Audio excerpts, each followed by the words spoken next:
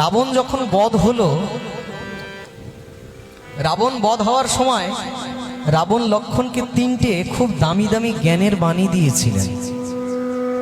রামচন্দ্র বলেছিলেন, লক্ষণ, এই রকম মহাপুরুষ মহাজ্ঞানী মানুষের জীবনের অবসান হচ্ছে রাবণের মতো, এই রকম মহাপুরুষ মহামানব জীবনে আর দ্বিতীয়বার ফিরে কোনোদিন আসবে না।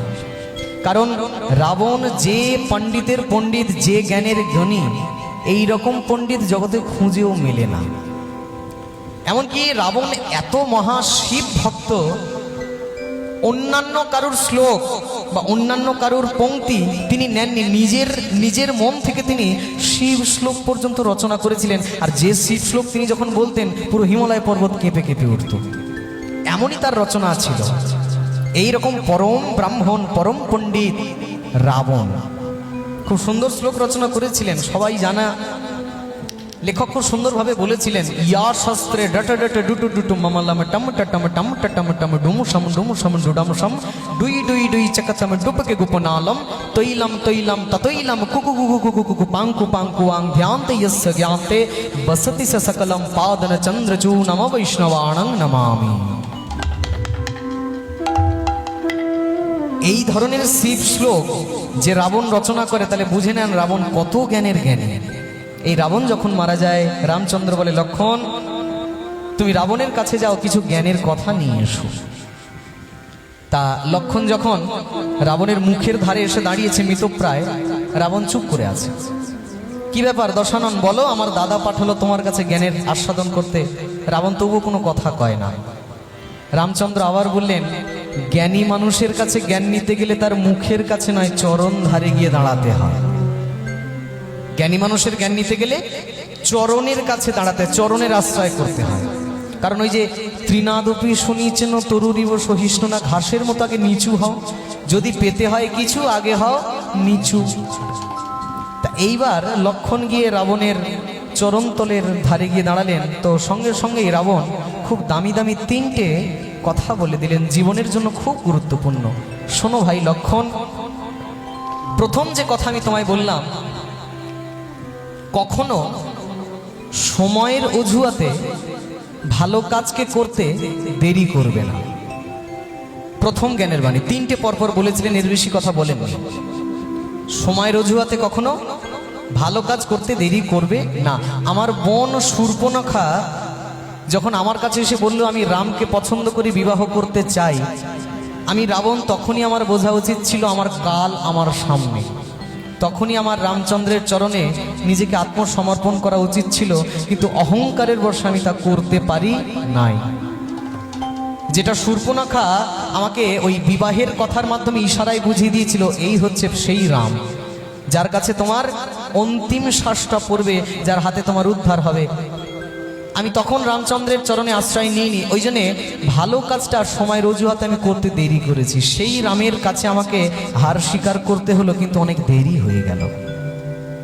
সময়ও চলিয়া যায় নদীর স্রোতেরও প্রায়, সোনার ঘড়িটিতে বলে টিক টিক টিক, যে না চলে তার তালে তাকে শত শত ধীর।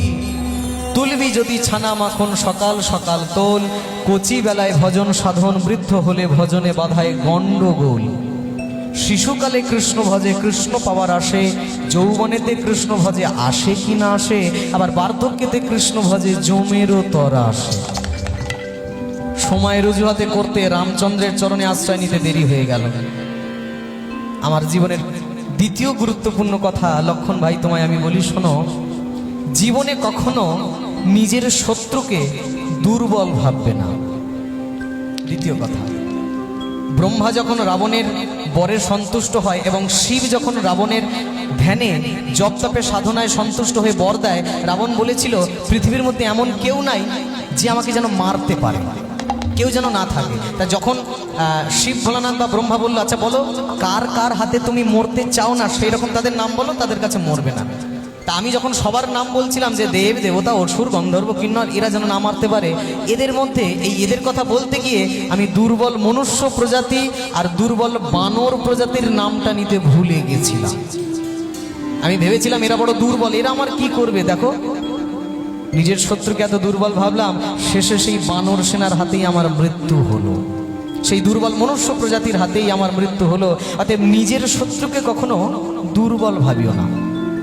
Last but not the least, তৃতীয় কথাটা কি?